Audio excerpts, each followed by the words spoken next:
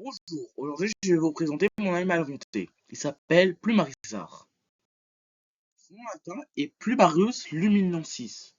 C'est un animal de la classe des reptiles, ce qui veut dire qu'il a le sang froid et des écailles pour se protéger. La température de son corps varie selon l'air autour de lui, ce qui l'aide à s'adapter aux saisons. Comme beaucoup de reptiles, il pond des œufs pour se reproduire, permettant aux petits de se développer en sécurité. Son habitat. Le Plumarisard vit dans la forêt boréale, au Québec, au Canada. Cette région a des étés doux, entre 10 degrés et 25 degrés, et les hivers très froids jusqu'à moins 20 degrés. En été, il est actif pour trouver de la nourriture, et en hiver, il est entre hibernation pour économiser de l'énergie. La forêt boréale il pleut surtout en été et il neige beaucoup en hiver. La végétation est composée de conifères comme des pins et des sapins. Le relief, avec ses collines, rochers et ruisseaux, offre aux plumarisards des cachettes parfaites pour se protéger des prédateurs. Niche écologique. Le plumarisard est un consommateur de deuxième ordre. Il mange des petits rongeurs, des insectes et des baies, selon la saison. Ses prédateurs principaux sont le loup et le lynx. Ce régime varié lui permet de s'adapter aux ressources disponibles à chaque saison.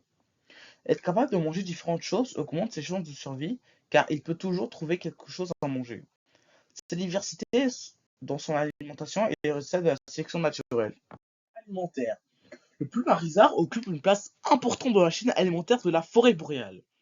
La chaîne alimentaire du plumarisard présentée ici commence avec les plantes des producteurs qui captent l'énergie du soleil. Cette énergie passe aux herbivores comme le lapin, puis aux plumarisards omnivores qui mangent des végétaux et des petits animaux, et enfin aux loups carnivores. Les décomposeurs transforment les matières mortes en nutriments pour enrichir le sol, bouclant ainsi le cycle de l'énergie dans l'écosystème. Abri et rythme journalier. Le plumarisard creuse des terriers sous les racines des arbres et utilise des trous dans les troncs pour se cacher et se protéger. Il est actif le jour et hiberne légèrement en hiver. En mangeant des baies et en dispersant leurs graines, il aide aussi à faire pousser des plantes. Ces abris le protègent des prédateurs et des intempéries. Adaptation physique. Dentition. Le plumarisard a des dents pointues pour mordre et attraper ses proies, comme les insectes et les petits rongeurs. Ces dents pointues sont le résultat de la sélection naturelle, car elles lui permettent de mieux attraper sa nourriture et d'assurer sa survie. Pattes. Ses pattes sont équipées de griffes solides pour grimper, se défendre et creuser des cachettes. Cette adaptation physique est cruciale pour accéder à la nourriture en hauteur, se protéger et se cacher des prédateurs. Mâchoire. Sa mâchoire en forme de bec est parfaite pour attraper des insectes et cuire des baies. Cette forme de mâchoire a évolué pour permettre une alimentation variée, un avantage en cas de manque de nourriture. En hiver, ses écailles gardent sa chaleur et ses plumes changent de couleur pour se camoufler dans la neige. Cela le protège du froid et des prédateurs. La couleur des plumes et une adaptation physique qui l'aide à se cacher des prédateurs augmenta ainsi ses chances de survie. Queue.